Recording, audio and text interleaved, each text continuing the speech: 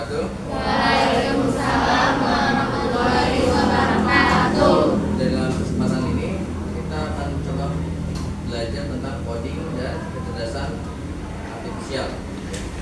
Kalau disingkatnya KA. Mungkin kalau teman-teman semuanya sering dengar namanya AI ya. Tapi untuk di Indonesia kita diharuskan untuk membiasakan menyebutkan dengan kata KA atau kecerdasan artifisial. Kenapa? Karena untuk melokalkan atau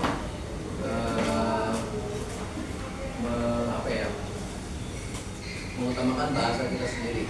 Ya. Jadi coding dan kecerdasan artifisial. Nah, coding itu apa sih? Sebenarnya ada yang tahu?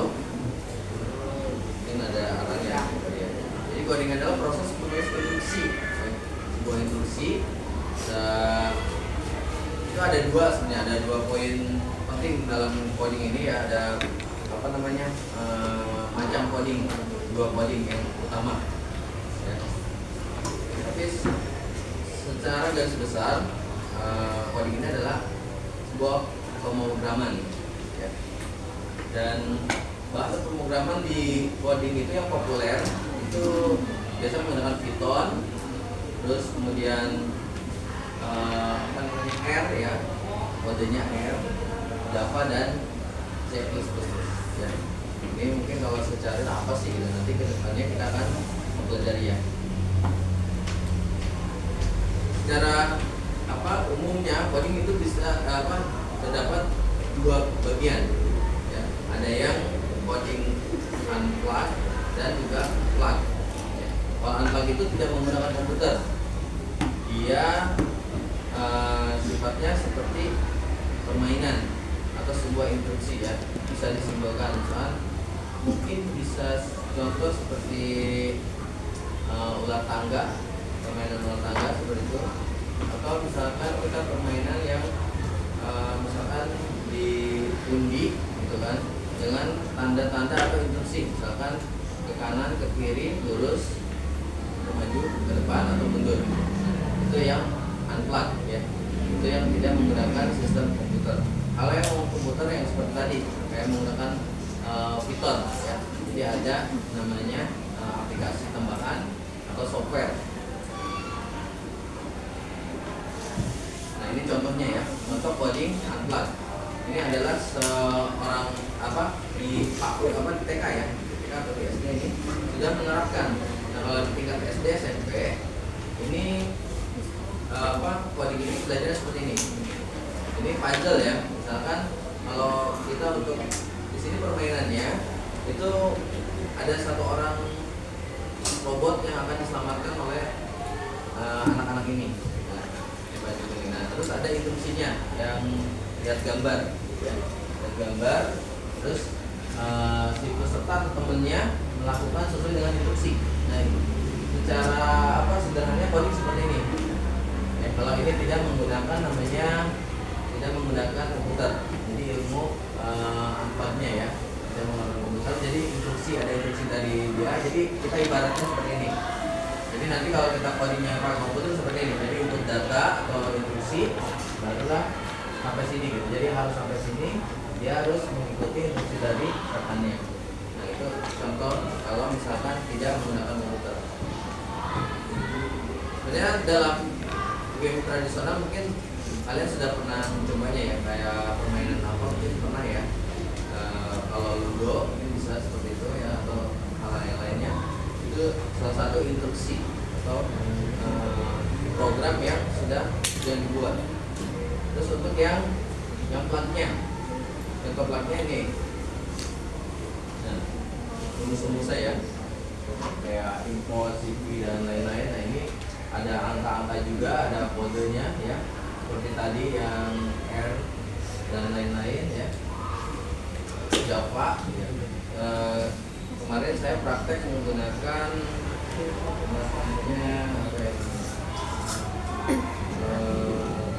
Loading. Namanya ada website aplikasi namanya Loading. Kalau tadi kan Java dan C++ ya. Terus ukuran coding, nah kita kan berhubungan nih coding dengan KA. Kira-kira coding itu dengan perannya dalam KA itu apa? Kira-kira. Karena coding itu kan perintah, ya. Jadi kalau KA itu berarti sebuah algoritmanya yang sudah diproses atau dilakukan analisa, ya.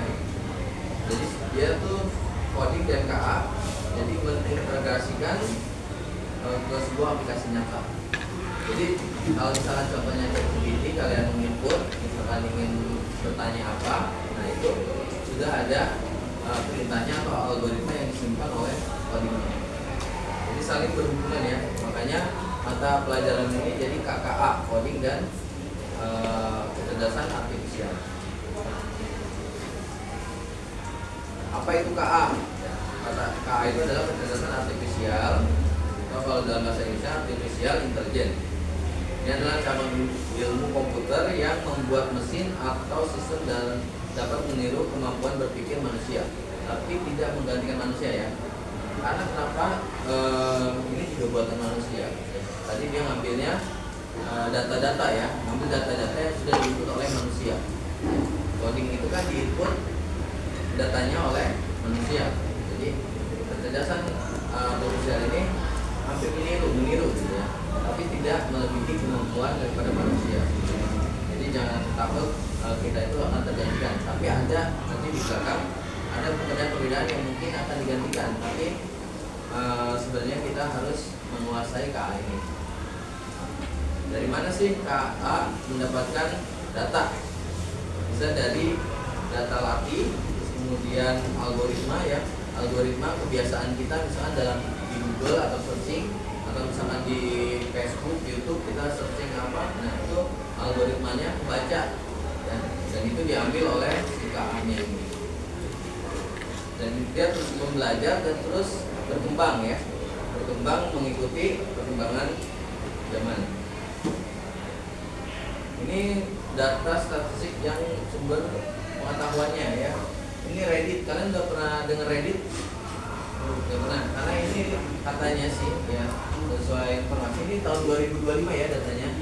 Itu 40% dari Reddit. Reddit itu semacam aplikasi seperti Wikipedia juga, ya. Jadi apa namanya? Dia tuh di Indonesia sebenarnya dilarang, diblokir. Ya. Makanya kita nggak kenal, ya. Awam buat kalian. Nah, Wikipedia kira-kira udah sering? Ya, kalau kita Google tentang sejarah atau apa, Wikipedia selalu muncul lebih awal. Terus ada YouTube. Jadi sumber-sumber pengetahuan daripada KA ini mengambil dari sini, ya. Algoritma semua ngambil dari sini. Jadi jangan aneh, ya, karena memang KA ini dibuat oleh manusia, jadi datanya juga dari apa yang sudah dibuat oleh manusia. Terus karakteristik dari kecerdasan artifisial. Nah, ini adalah karakternya, ya. Karakternya adalah paling menonjolnya adalah kemampuannya untuk belajar dari data. Itu tadi, jadi dia ngambil dari data, ya. Meningkatkan performa seiring waktu. Jadi dia terus meningkatkan kemampuannya sesuai dengan perkembangan zaman. Terus bekerja menggunakan algoritma dan model prediktif, ya. Jadi sesuai algoritma yang ada dan juga prediksi. Jadi dia sudah bisa melakukan prediksi. Konsep dasar kecerdasan artifisial. Machine learning, ya, untuk sistem belajar data, learning, jaringan saraf ilmuwan dengan banyak lapisan. Natural language processing, ya, memahami bahasa manusia. Karena ambilnya dari data tadi, kan. Kita itu ada berbagai macam bahasa atau kebutuhan atau apa yang sudah kita curahkan di media sosial. Makanya hati-hati, ya, kalau kita misalkan menginput data atau foto di media sosial, itu sekarang bisa disalahgunakan, takutnya, ya. Hati-hati makanya. Apalagi di KA-nya, misalkan kita mengupload foto kita, kayak kemarin, ya, ada yang lagi viral yang kecil-kecil itu minim, ya. Contoh penerapannya nih, chatbot. Chatbot ini apa sih? Salah satunya chatbot itu di ChatGPT, ya, itu masuk ke ChatGPT, ya. Itu yang sering kita pakai seperti Google Gemini, GPT, terus Meta AI, ya, itu adalah termasuk ke dalam chatbot ya. Computer vision. Nah ini nanti ada aplikasinya untuk mendeteksi wajah. Ya. Jadi dia bisa sortir benda. Misalkan kita mau membuang sampah yang organik dan non organik. Nah, itu bisa. Itu ada di computer vision. Terus prediksi data penjualan, cuaca, tren pasar. Ini biasanya menggunakan KI ini bisa diterapkan dalam sistem penjualan. Kita cari misalkan orang-orang yang membutuhkan sesuai dengan produk yang kita akan jual.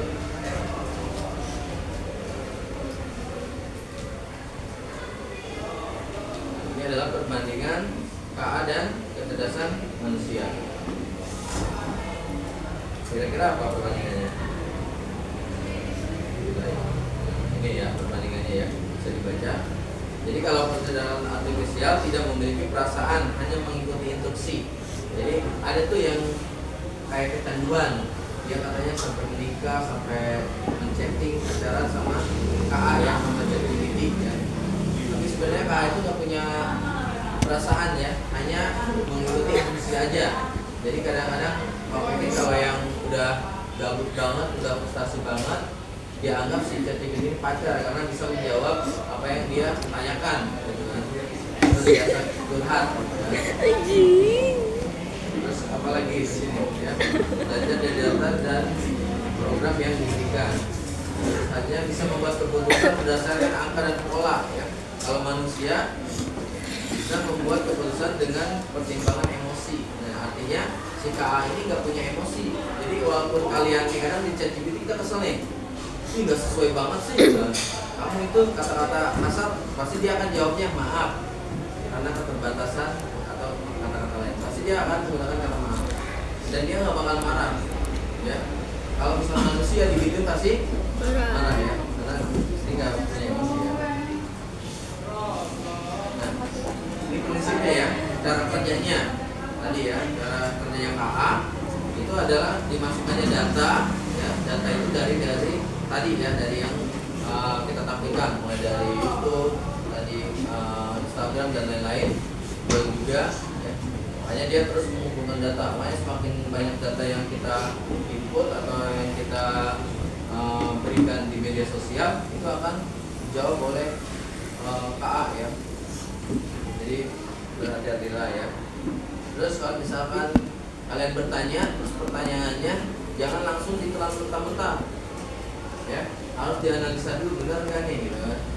Dicek lagi karena KA juga biasanya ada errornya. Kadang-kadang tidak sesuai dengan apa yang dipertanyakan. Nah, ini adalah pengoperasian dan pengaplikasian perangkat kecerdasan artifisial dalam bidang umum. Ini kita saja. Ini ada di bidang ekonomi, pemerintahan dan pendidikan dan lain-lain. Sebenarnya banyak ya. Kita ambil dalam pendidikan, membuatkan pembelajaran personal, membuat konten interaktif. Ya, jadi kalau misalkan kalian sering lihat di media sosial ya, ada yang namanya jual pelajaran secara online. Nah itu biasanya akan menjual bentuknya dalam bentuk video saja. Nah ini bisa membuat sebuah konten interaktif, terus menganalisa perkembangan belajar siswa. Ya. Seperti apa yang sudah kita praktekkan kemarin menggunakan Playground ya. Kita membuat kuis atau pembelajaran itu adalah salah satu KA ya yang kita gunakan agar kita interaktif ya, langsung belajar dari sebuah aplikasi KA ini.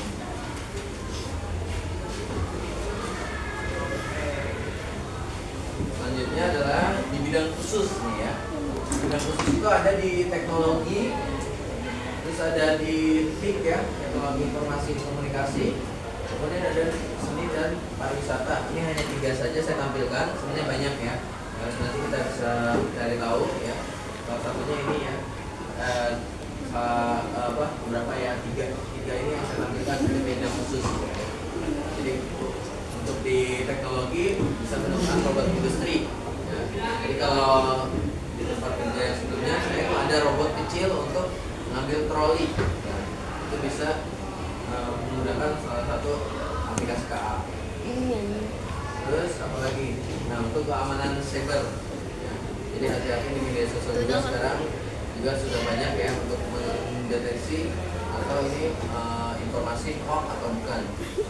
Itu bisa salah satunya menggunakan KA, seni dan pariwisata dan lain-lain ya. Terus profesi di bidang kecerdasan artifisial ini apa aja sih? Nah, profesi yang bisa menggunakan KA ada AI engineer. Kenapa sih ininya AI tapi ininya KA ya? Kalau misalkan aplikasinya atau softwarenya, sistemnya atau namanya global, itu pasti akan menggunakan AI ya. AI engineer dan lain-lain. Tapi kalau untuk di Indonesia kita biasakan untuk menggunakan KA. Terus data scientist ya, menganalisa dan menafsirkan data dalam jumlah besar, membuat model prediksi dan dengan bantuan KA. Terus machine learning engineer ya, spesialis dalam mengembangkan model machine learning, misalkan algoritma agar dapat digunakan pada aplikasi nyata. Jadi ini adalah beberapa profesi yang bisa menggunakan KA. Keempatnya adalah research scientist AI ya, KA bukannya. Ini adalah meneliti metode baru dalam kecerdasan buatan. Jadi ini adalah untuk menelitinya atau menganalisanya ya, mencari tahu atau mengembangkan. Dan kelima adalah robot engineer, menciptakan robot cerdas yang dapat berinteraksi dengan lingkungan. Ini sudah banyak ya, kalian mungkin di media sosial ataupun di YouTube itu udah ada berita tentang sebuah robot yang sudah bisa berinteraksi dengan lingkungan. Kemarin yang dipamerkan oleh Polri ya, ada robot anjing itu ya. Terus bisa juga menggunakan KA untuk navigasi, mengenal objek atau mengambil keputusan. Tapi kalau untuk KA ini keputusannya itu hanya sebatas dua data yang sudah ada ya, tidak dilakukan lagi karena beda dengan manusia yang menggunakan pertimbangan dan sesuai dengan emosinya manusia. Nah, mungkin itu aja ya gambaran daripada KA dan coding dan KA ya. Ini nanti kedepannya kita akan terus belajar sesuai dengan step by stepnya. Ini sebagai gambaran aja. Kita akan coba menerapkan di sekolah juga. Oke, terima kasih ya. Mudah-mudahan bermanfaat ya game ini. Terima kasih. Wassalamualaikum warahmatullahi wabarakatuh.